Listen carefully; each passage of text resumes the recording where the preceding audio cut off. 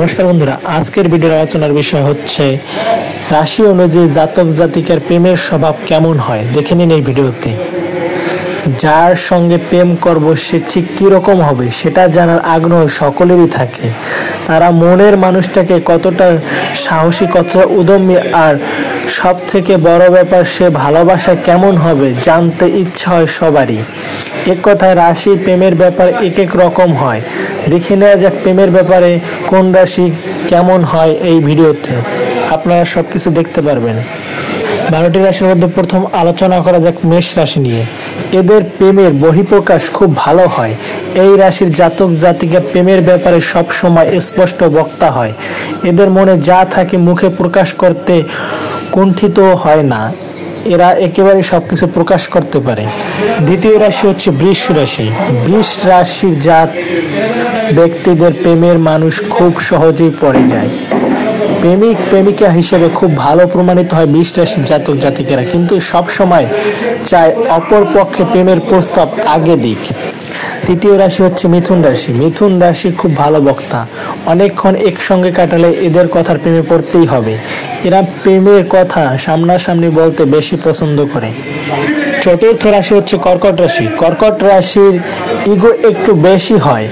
যাকে ভালোবাসে তার ব্যাপারে খুব যত্নশীল হয়। তবে এদের স্বভাবের মধ্যে পরিবর্তন বেশি লক্ষ্য করা যায় কর্কট রাশির জাতক জাতিকাদের। পঞ্চম রাশি হচ্ছে সিংহ রাশি।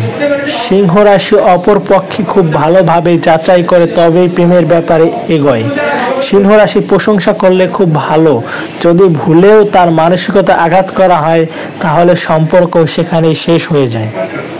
ষষ্ঠ রাশি হচ্ছে কন্যা।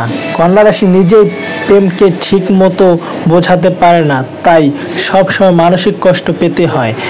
এরা অপর পক্ষ নিয়ে একটু বেশি চিন্তাশীল হয়ে পড়ে কন্যা রাশির জাতক জাতিকেরা।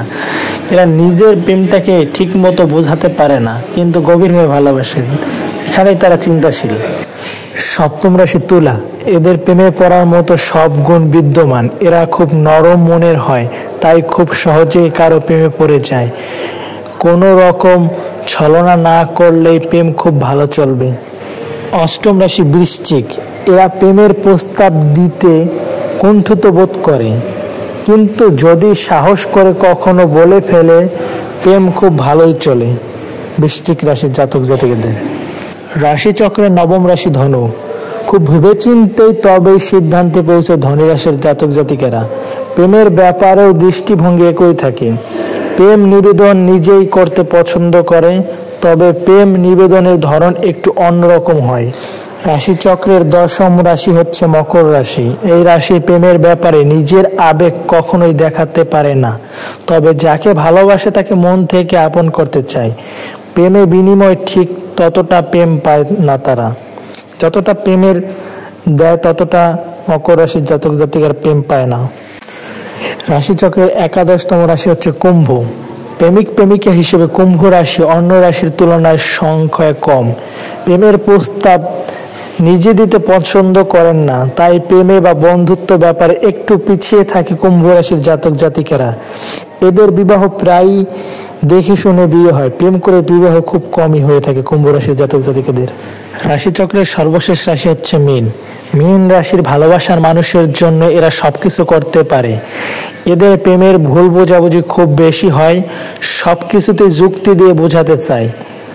ভিডিওটি ভালো লাগলে অবশ্যই লাইক কমেন্ট শেয়ার করবেন এবং চ্যানেলটি সাবস্ক্রাইব করে আমাদের পাশে থাকবেন। অসংখ্য ধন্যবাদ বন্ধুরা।